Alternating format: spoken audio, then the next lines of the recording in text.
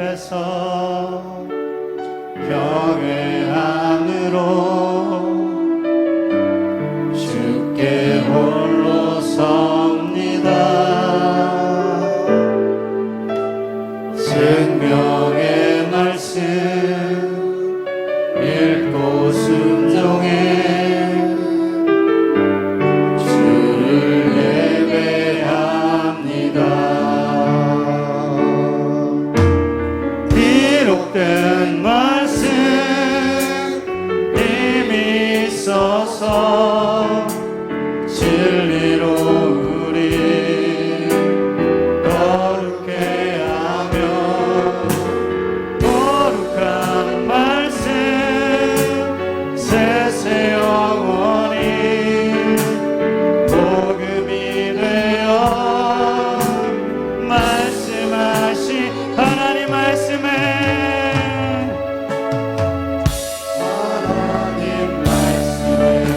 두려워 떠는 자 그 말씀에 생명을 거는 자 안서로 전이시는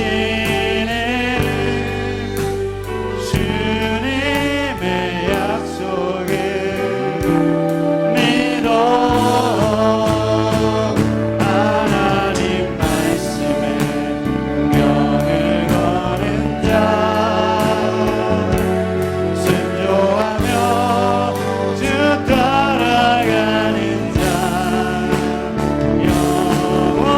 영원한 하나님 나라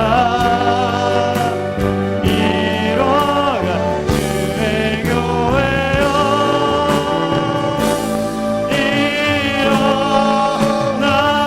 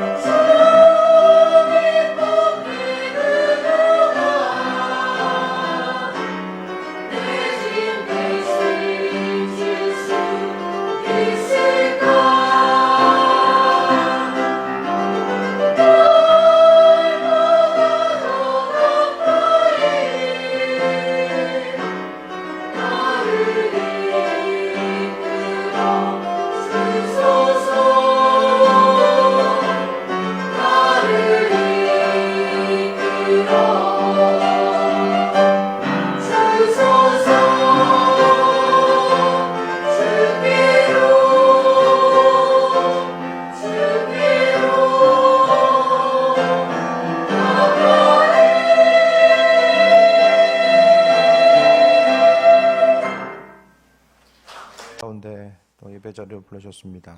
예배 가운데 하나님의 임재하심과 은혜와 충만함을 경험하며 그 말씀이 마음속에 새겨지고 그 말씀이 삶을 살아가게 하는 동력 될 수 있도록 은혜 베풀어 주옵소서. 크신 사랑에 감사드립니다. 예수님의 이름으로 기도드립니다. 아멘. 오늘 예수님은 본문을 통해서 용서에 대한 가르침을 우리에게 주고 있습니다. 용서라고 하면은 뭐 대부분의 사람들이 어떤 부모 죽인 원수도 아니고 뭐 용서할 일이 얼마나 있을까라고 생각할지 모르겠지만은 사람이 이제 관계로 얽혀 있다 보면은 그 관계 가운데서 나를 좋아하는 사람도 있지만은 나를 싫어하거나 부담스러워하는 사람이 있을 수도 있습니다. 그 가운데서 어떤 각각에 속해 있는 공동체 가운데서 우리가 이 관계를 어떻게 형성하고 나아가는 부분이 되게 중요한데, 오늘 본문 가운데서 이제 끝없는 용서에 대해서 예수님은 말씀하시는데, 이 용서라는 부분을 우리 각자에 있어서의 그 삶의 여정 가운데 어떻게 적용할 수 있을까를 좀 생각해 보게 됩니다. 그래서 어떤 커다란 그 관계 가운데 경험하게 되는 어려움들, 또 나에게 어떤 손해를 입힌 누군가에 대해서도 생각할 수 있겠지만은, 그것보다는 대부분의 이제 삶의 여정 가운데서는 그냥 작은 일, 아무것도 아닌 일에도 불구하고 시간이 한참 지난 후에 뒤를 돌아봤을 때에 그렇게 중요한 일이 아니었음에도 불구하고 그 중요하지 않은 일 때문에 관계가 어려움을 겪거나 관계가 깨어지거나 또 다른 사람을 사랑으로 대하지 못한 부분이 있었다라고 한다면 그런 부분에 대해서 다시 한번 좀 돌아보았으면 합니다. 교회 공동체도 다 있지만은 오랜 시간 또 함께 하다 보면은 뭐 관계가 편안한 분도 있을 것이고 뭔가 그렇게 뭐 많이 불편한 건 아니지만 그래도 마음속에 편안함으로 다가가기 힘든 누군가가 교회 공동체 가운데서도 있을 수 있거든요. 근데 오늘 본문의 말씀 가운데 보게 되면 아버지께서 사랑과 또 주변 사람들 한 사람 한 사람을 어떻게 대해야 되는지 이런 부분을 얼마나 크게 강조하고 있는가. 특히 예수님은 이 사랑함에 대한 것들을 얼마나 크게 강조하고 있는지를 생각했을 때에 이 시간을 통해서 작은 것 하나를 마음에 가지고 있어서 그것 때문에 다른 사람들을 사랑하지 못한 부분이 뭔가 있었는가, 또 기쁨과 소망함으로 대하고 있는 그런 부분에 걸림돌에 뭐가 있는가. 신발 신고 가다가 조그만 돌 하나 들어가면 어떻게 되죠? 되게 불편하죠? 돌 안 들어가요? 들어가잖아요. 되게 불편해요. 작은 것인데 불편합니다. 우리 마음속에 그 작은 돌 하나가 있어서 아무것도 아닌데 교회 가운데서 그 작은 돌 때문에 관계를 생각했을 때 이것 때문에 그런 거 아니야? 저것 때문에 그런 거 아니야? 그것이 교회일 수도 있고 직장일 수도 있고 각각에 속한 곳일 수도 있어요. 그래서 이 시간 내 마음속에 있는 그 작은 돌 하나가 무엇인지를 좀 돌아보고 그 돌을 어떻게 대하는가, 또 신앙인으로서의 삶을 어떻게 살아가야 되는가에 대해서도 다시 한번 돌아보는 이 시간 되시길 바랍니다. 첫 번째는 주님이 원하신 용서의 기준이 있어요. 행함의 기준을 주님의 말씀으로 정해야 되고, 용서는 횟수가 중요한 것이 아닌 하나님 나라에 있어서의 존재의 방식입니다. 오늘 21절에 볼까요? 베드로가 이럴 때 나와서 주여 형제가 내게 죄를 범하며, 저는 이 본문 가운데 다가온 게 형제라는 말이에요. 형제. 멀리 있는 사람, 나랑 상관없는 사람이랑 형제. 형제라는 것은 뭐 부모 형제도 이야기할 수 있지만은 나랑 정말 가깝게 있는 사람, 나와 친밀함을 유지하고 있는 정말 가까운 사람들을 이야기하거든요. 그 형제가 내게 범죄하면 몇 번을 용서해 주리까? 라고 이야기합니다. 베드로가 7번까지 하오리까? 라고 합니다. 율법에 보면은 형제가 잘못했을 때에 어떻게 합니까? 3번까지는 용서해야 된다라고 율법에서 이야기하고 있어요. 그런데 3번이 아니라 이제 베드로는 3번에서 조금 더 이제 나아가서 인심 쓴 거예요. 그래서 한 7번 정도 하면은 예수님을 따르는 사람으로서 괜찮지 않을까, 좀 괜찮아 보이는 사람이 아닐까라는 이제 생각을 하게 된 거죠. 그랬을 때에 예수님께서 말씀하십니다. 내게 이르노니 7번뿐만 아니라 7번을 70번까지라도 할지니라 라고 말씀합니다. 이게 뭐냐면은 이게 지금 몇 번 행하는 거 이게 중요한 게 아니야 라고 말씀하고 있어요. 횟수 세는 게 중요한 것이 아니라, 용서는 횟수가 아니라 하나님 나라의 백성으로서 마땅히 행할 바가 바로 용서라는 것에 대해서 말씀하고 있습니다. 주님의 백성으로서의 온전한 삶, 또 그 뜻대로 삶을 살아감에 있어서 이제 예수님은 숫자적으로 생각하면 490번이잖아요. 490번을 생각했을 때에 잘못하고 막 어떻게 세는 분 계세요? 핸드폰에다가 계속 너 잘못했지 계속 기록을 해. 네? 그런 분 없잖아요. 490번을 기록을 한다는 게 제정신이 아닌 거죠. 상담 좀 필요한 사람이에요. 그렇게 되면. 근데 오늘 예수님은 490번 이야기한 게 아니에요. 끝없는 무한한 용서에 대해서 말씀하고 있어요. 그럼 잘못한 거 계속해서 반복하면서 내게 다가오는데 그거 계속 용서해야 됩니까? 실질적인 질문이 있을 수 있어요. 그 사람의 횟수와는 상관없이 오늘 490번을 용서할 수 있는 것은 누구입니까? 이게 예수님의 마음이거든요. 그 마음이 용서의 횟수와는 상관없이 우리 신앙인들의 마음 속에는 하나님 나라의 백성은 그 마음, 주님께서 가셨던 그 마음이 우리 심령 가운데 있어져야 된다는 것을 강조하고 있어요. 횟수 몇 번이 중요한 것이 아니라 아버지의 마음. 사람이 490번 용서할 수 있습니까? 3번. 3번 참는 사람도 별로 없을 거예요. 네? 베드로가 말한 7번은커녕 3번까지 참는 사람은 없을 거예요. 우리의 모습은 불편한 게 있으면은 얘기를 해야 되고, 얘기를 안 하면 어떻습니까? 얼굴 표정으로 표를 내야 되잖아요. 네? 내가 좀 불편하다. 그걸 말은 안 해. 얼굴로서 계속 드러나잖아요. 일부러 드러내. 그게 뭐 일부러 드러내는 사람도 있고 드러내려고 안 한데도 그냥 그대로 얼굴이 도화지야. 마음속에 있는 게 그대로 그냥 스크린. 네? 얼굴이 스크린이 돼가지고 마음속에 뭐가 있는지 다 비춰진 사람도 있을 거예요. 근데 중요한 것은 용서 자체를 생각했을 때 우리 스스로의 방법과 내 의지와 노력 가지고는 용서하기가 쉽지 않다라는 거예요. 믿음의 여정 가운데 가장 힘든 게 관계입니다. 관계. 하나님 말씀대로 그 관계를 형성해 나아가는 것이 힘들어요. 그래서 우리의 본성 자체는 불편함이 있으면 그 불편함을 가지고 굳이 관계를 형성해 나아가는 것에 대해서 원치 않고, 세상에서도 뭐 힘들고 불편해? 그럼 관계를 뭐하러 계속 유지하고 있어? 그 얘기를 계속 하잖아요. 불편한 관계는 언제든지 끊고 움직일 수 있다라고 세상 사람들은 이야기하고 있고, 교회에서도 마찬가지입니다. 많은 이들이 이제 교회를 떠나는 것도 예수님 싫어서 교회 떠난 사람 몇 명이나 되겠어요? 예수님 나한테 어떻게 이럴 수가 있어요? 그러면서 교회 떠난 사람이 몇 명이 있겠어요? 대부분 관계입니다. 관계. 그 관계에서 어려움을 경험하게 되는 거죠. 오늘 질문에 대해 생각했을 때에 주님은요 490이라는 숫자를 대시함으로 인해서 용서에는 한계가 없다라는 사실을 주님께서는 선포해 주고 있습니다. 그래서 용서는 어떻게 해야 되지라는 걸 생각했을 때에 주님 원하시는 용서의 기준이 있는데, 그 기준 자체가 주님은 주님 거고 우리는 우리 나름대로의 또 기준이 있어요.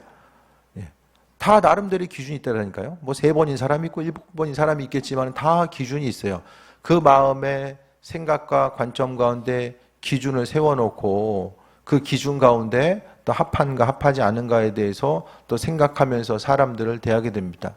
세상의 기준, 또 세상의 어떤 도덕이나 법률 가운데 기준이 있고, 내가 어떤 양심에서 나오는 기준이 있고, 하나님 말씀에 대한 기준이 있는데 그 기준을 어디에 두고 삶을 살아갈 것인지에 대해서 우리는 좀 분명하게 돌아보면서 나아가야만 합니다. 그러면서 이제 예수님께서 비유로서 말씀해 주십니다. 천국은 그 종들과 결산을 하던 어떤 임금과 같으니, 예수님의 비유의 대부분은 천국 비유입니다. 그래서 오늘 본문은 하나님 나라 천국에 합한 삶이, 그런 사람이 누구인지를 오늘 비유를 통해서 말씀하고 있는데, 하나님 나라에 합한 삶은 다른 어떤 것이 아니라 이 용서에 대한 그 기준과 그 근거가 오직 그리스도 예수 주님으로서 되어 있는 사람들에게 하나님께서 허락하시는 곳이 바로 하나님 나라임을 본문 가운데 말씀하고 있어요. 그래서 어떤 사람이 있는데 천국 비유를 통해서 하나님 나라 합한 사람이 누구인지를 말씀하고 있는데, 결산할 때에 10,000달란트 빚진 자 하나를 데려오매. 10,000달란트가 얼마인지 아십니까? 1달란트가 한 사람이 16년 일해서 벌 수 있는 돈이 1달란트입니다. 16년. 그럼 10,000달란트는 얼마죠?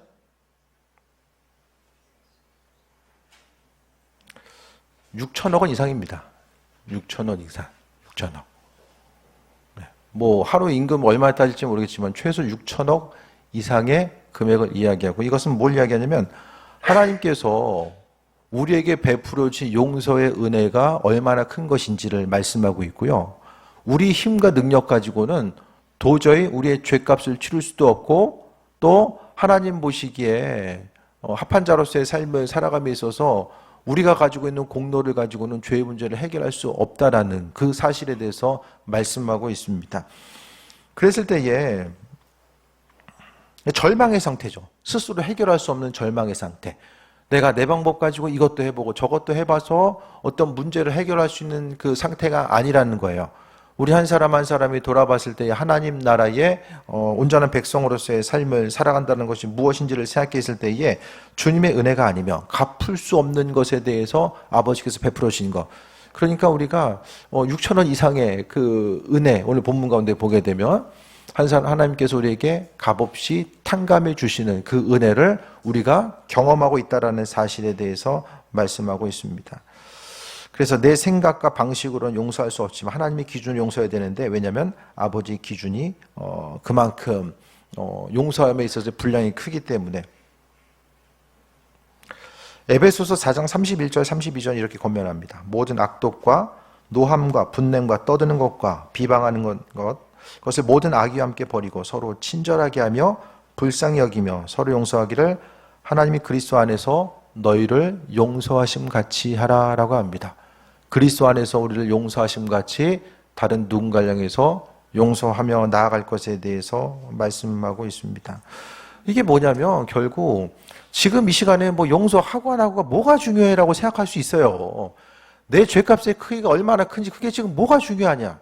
그거 인식 안 해도 뭐 하루하루 먹고 사는데 지장이 있는 것도 아니고, 내일 죄를 인식하지 않는다라고 해서 뭐 큰일 나는 것도 아니에요.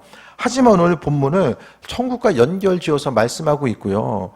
항상 말씀을 볼 때의 우리의 기준은 하나님 나라를 염두하면서 생각하면서 가야 됩니다. 내일 하루의 삶, 모레도 마찬가지고요. 우리가 확실히 하나님께서 허락하신 만큼만 우리가 삶을 살아가게 되잖아요. 그렇다고 한다면 날마다의 삶의 여정 가운데서 우리가 주님 앞에 설 때가 있다라는 거. 그래서 하나님 나라에 있어서의 그 기준 자체가 확실하게 세워지지 않으면 이 땅에서 중요한 것과 중요하지 않은 것, 주님 앞에 섰을 때 우리가 이 땅 가운데 뭐 돈이 얼마큼 있고 뭐 가진 것들이 얼마큼이고 뭐 스펙이 어떻고, 주님 앞에 섰을 때 그것이 무슨 의미가 있겠습니까? 아버지 앞에 갔을 때 아무 의미가 없는 거예요. 하지만 주께서 찾으시는 것은 사랑으로 서로 어떻게 대했는가는 분명하게 책임을 물으신다라는 거예요. 그래서 우리가 사랑의 모습, 교회에서든 어디서든 간에 내가 마음에 들지 않는다고 해서 불편함을 가지고 서로를 대했던 부분이 주님 보시기에는 다른 어떤 것보다 더 중요하게 여기신다라는 것에 대해서 말씀합니다. 오늘 본문에 보니까 이 만달란트 빚진 자가 어떻게 합니까? 주인이 탕감해줘요. 27절에 볼까요? 그 종의 주인이 불쌍히 여겨 놓아보내며 그 빚을 탕감하여 주었더니, 불쌍히 여기셔서, 주께서 우리 죄를 용서하신 거죠. 불쌍히 여기셔서.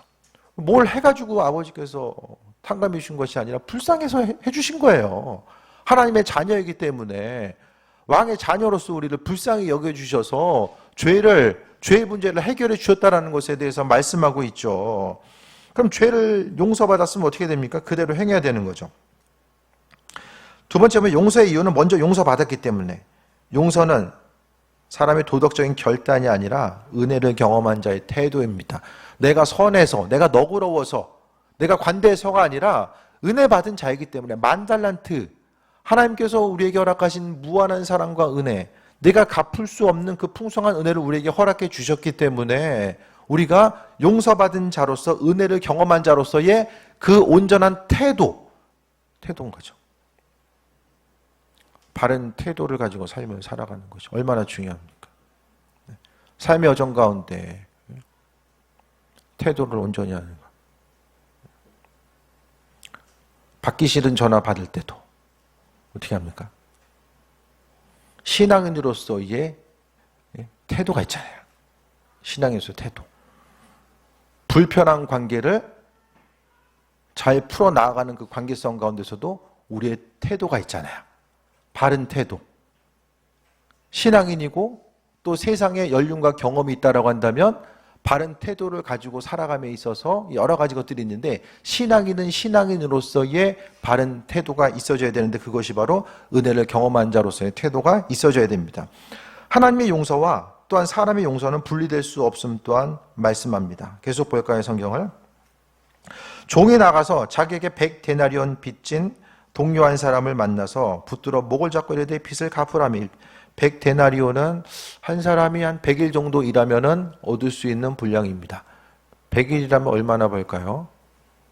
뭐 예를 들어서 뭐 한 1,000만 원, 2,000만 원 뭐 이 정도 이제 벌 수 있다라고 생각했을 때 이게 6천억과 비교했을 때 이게 비교할 수 없는 금액.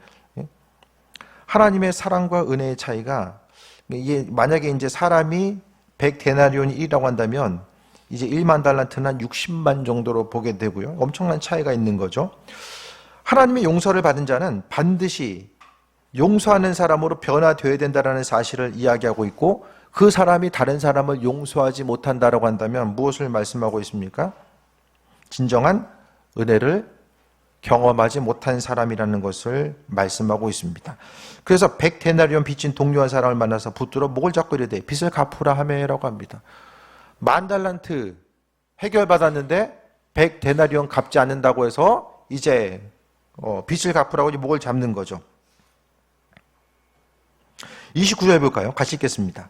그 동료가 엎드려 간구하여 이르되 나에게 참아주소서 갚으리이다 하되 허락하지 아니하고 이에 가서 그가 빚을 갚도록 옥에 가두었거늘.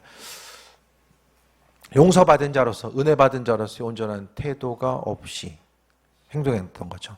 우리 이 사람을 보면서 어떻게 생각합니까? 성경 말씀을 볼 때마다 야, 진짜 해도 너무하는구나. 이 사람 왜 이러지? 용서받은 게 얼마큼인데 다른 사람을 향해서 이렇게 용서하지 못하는가? 그것에 대해서 우리가 이 한 사람 한 사람 보면서 얼마나 심각하게 생각합니까? 책망하고 성경에 있는 수많은 사람들이 마찬가지예요. 그 한 사람을 볼 때만 성경의 한 사람 한 사람을 보면서 안타깝게 생각하죠. 근데 예수님 뭐라고 말씀하십니까? 그 한 사람이 바로 우리와 같다라는 것을 말씀하고 있어요. 다른 사람을 대할 때에 주께서 베풀어 주신 엄청난 은혜가 있음에도 불구하고 마음속에 돌아다니고 있는 그 작은 것 하나,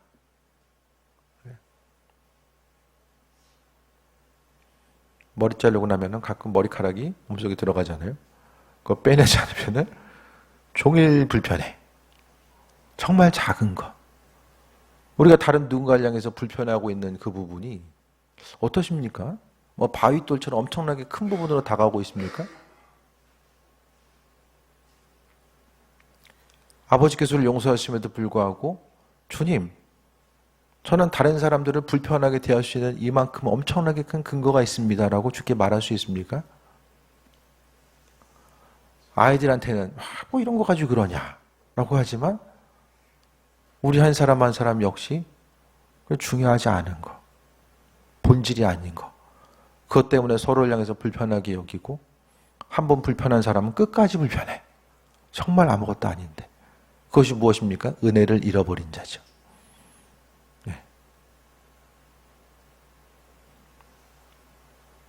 31절 볼까요? 그 동료들이 그것을 보고 몹시 딱하게 여겨 주인에게 가서 그 일을 알리니. 주변 사람 보니까 너무 안타까운 거예요. 그래서 이제 알리게 됩니다.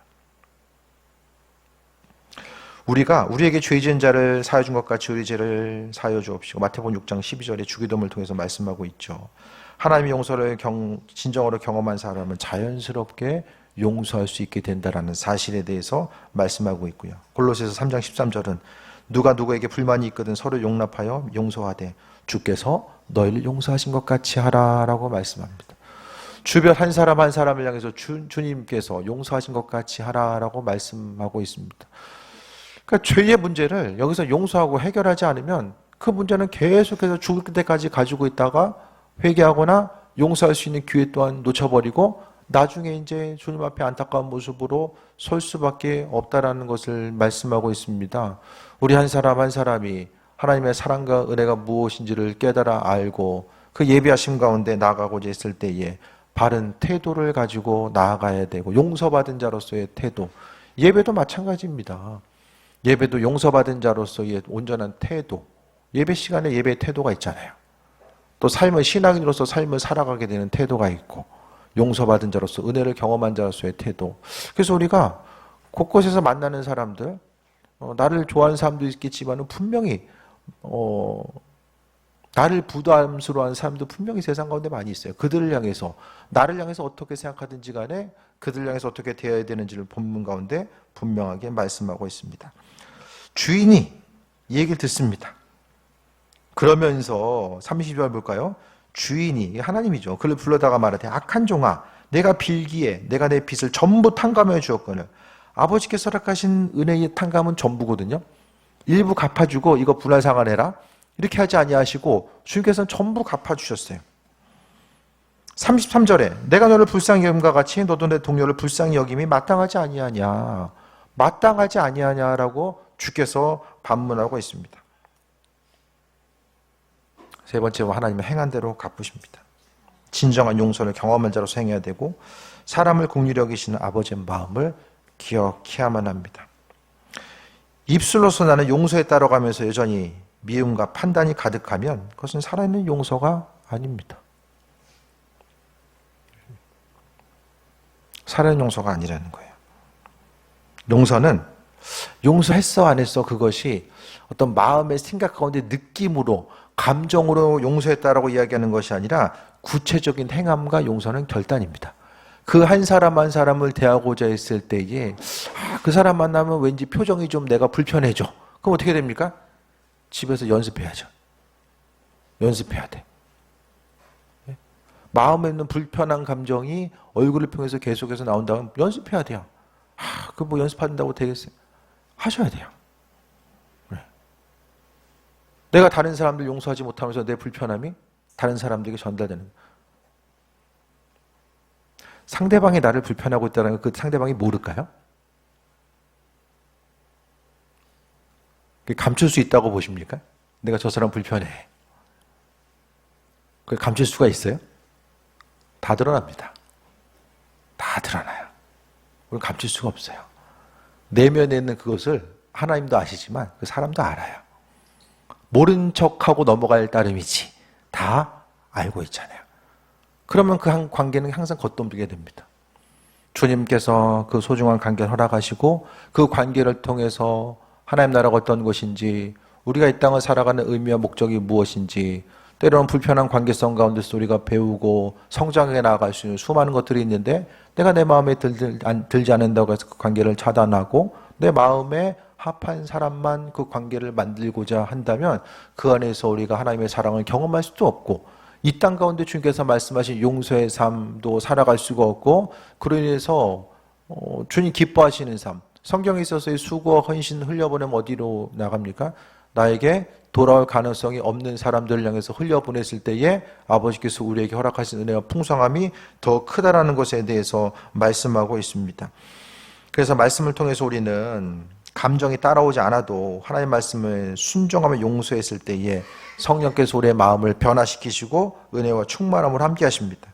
시편 103편 13절은 이렇게 고백합니다. 아버지가 자식을 불쌍히 여김같이 여호와께서는 자기를 경외하는 자를 불쌍히 여기시나니, 하나님께서 우리를 불쌍히 여기시고 인도하신다라는 거예요.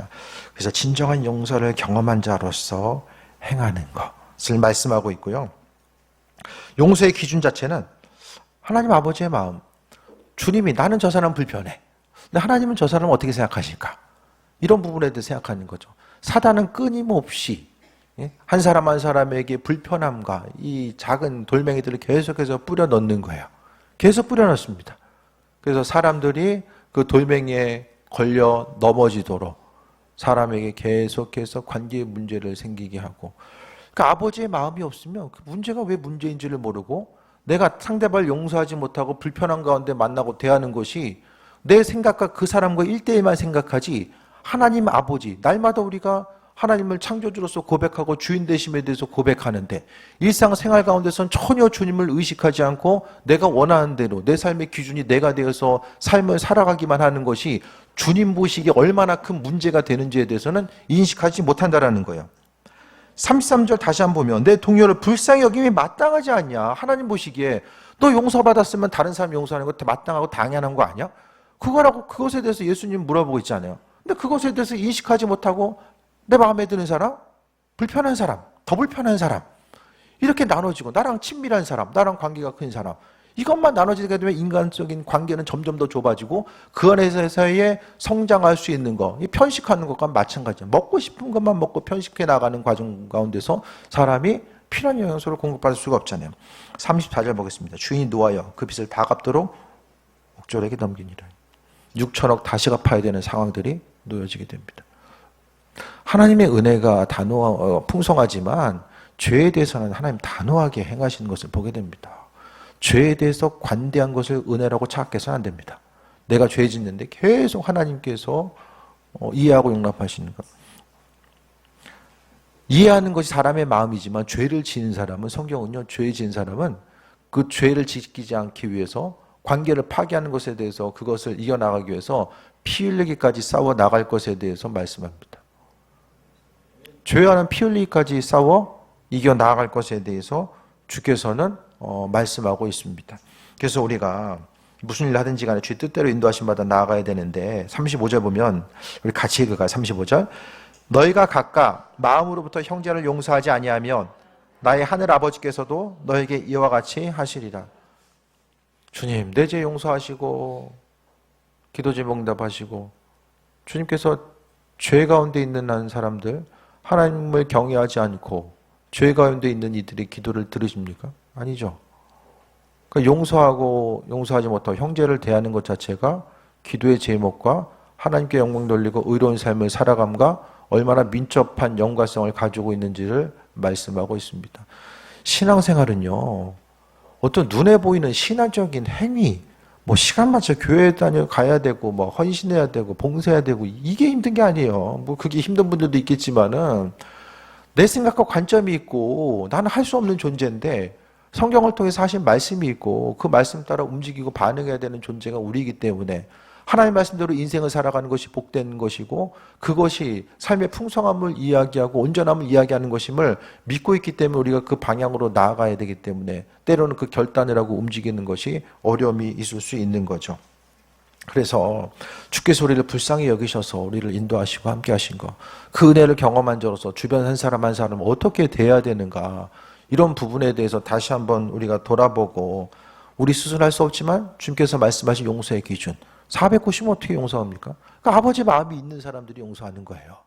주께서 우리에게 자신의 몸을 내어주시고 또 우리에게도 그 은혜와 충만함, 그 용서함에 대해서 우리가 할 수 없는 것들을 계속해서 하라고 강요하는 것이 아니라 자연스럽게, 믿음의 정도 자연스럽게, 하기 싫은 거 억지로 하는 것이 아니라 자연스럽게 흘러가는 것이 좋고 자연스러워야지만이 오래 할 수 있고 자주 할 수 있잖아요.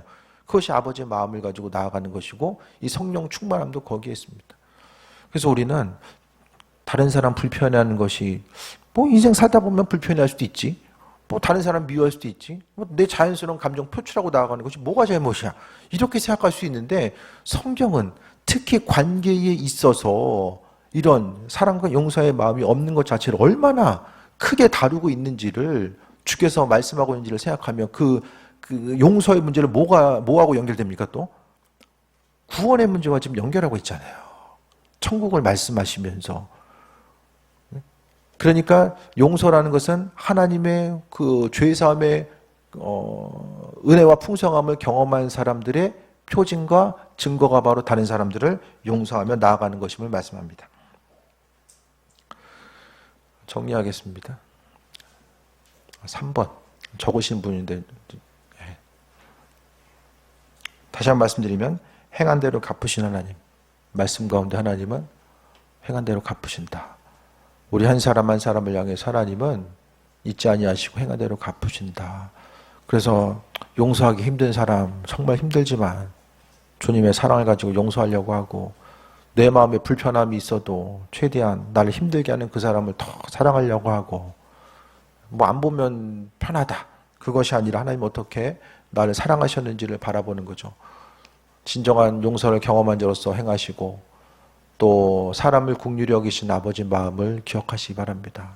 우리 한 사람 한 사람을 하나님 귀하게 여기시고 긍휼히 여기시며 주의 뜻과 인도하심 가운데 우리에게 날마다 승리를 허락하신 하나님. 그래서 아버지께서 우리를 긍휼히 여기시기 때문에 다른 누군가를 향해서 우리가 대할 때에 주께서 나를 불쌍히 여기시고 긍휼히 여기신 것처럼 나도 그 한 사람 한 사람을 통해서 긍휼히 여기는 삶. 정말 그 한 사람이 잘못될 수도 있어요. 누가 보기에도 그 한 사람 한 사람이 상대방이 잘못될 수도 있어요. 하지만 그들을 향해서 긍휼히 여기고 불쌍히 여길 수 있는 그 아버지의 마음이 우리의 심령 가운데 있어서 주님을 기쁘시게 해드리고 아버지의 뜻대로 쓰임받는 삶으로 나아갈 수 있어야만 합니다. 실천 질문 보겠습니다. 우리 같이 읽을까요? 시작. 내가 용서할 때 감정과 상황이 우선시 되는가 아니면 하나님의 말씀이 기준이 되는가? 내 마음이 기쁨이 있을 땐 좀 더 관대해지고 또 상황이 조금 더 용서할 만하면 용서하고 아니면은 안 하고 내 마음이 불편함이 있을 때에 똑같은 상황이라도 용서하고 말고 이렇게 움직이는가 아니면 하나님의 말씀대로 490번까지라도 용서하시라고 하신 주님의 말씀이 기준이 되어서 누군가를 대하고 있는가 그것을 말씀하고 있고요.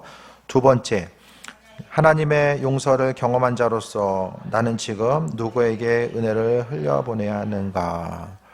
다들 이제 설교 졸지 않고 딴짓 안 하고 듣고 있었으면 생각나는 사람이 있었을 거예요. 그 한 사람은, 생각나는 사람은 주님이 생각나게 하신 사람이에요.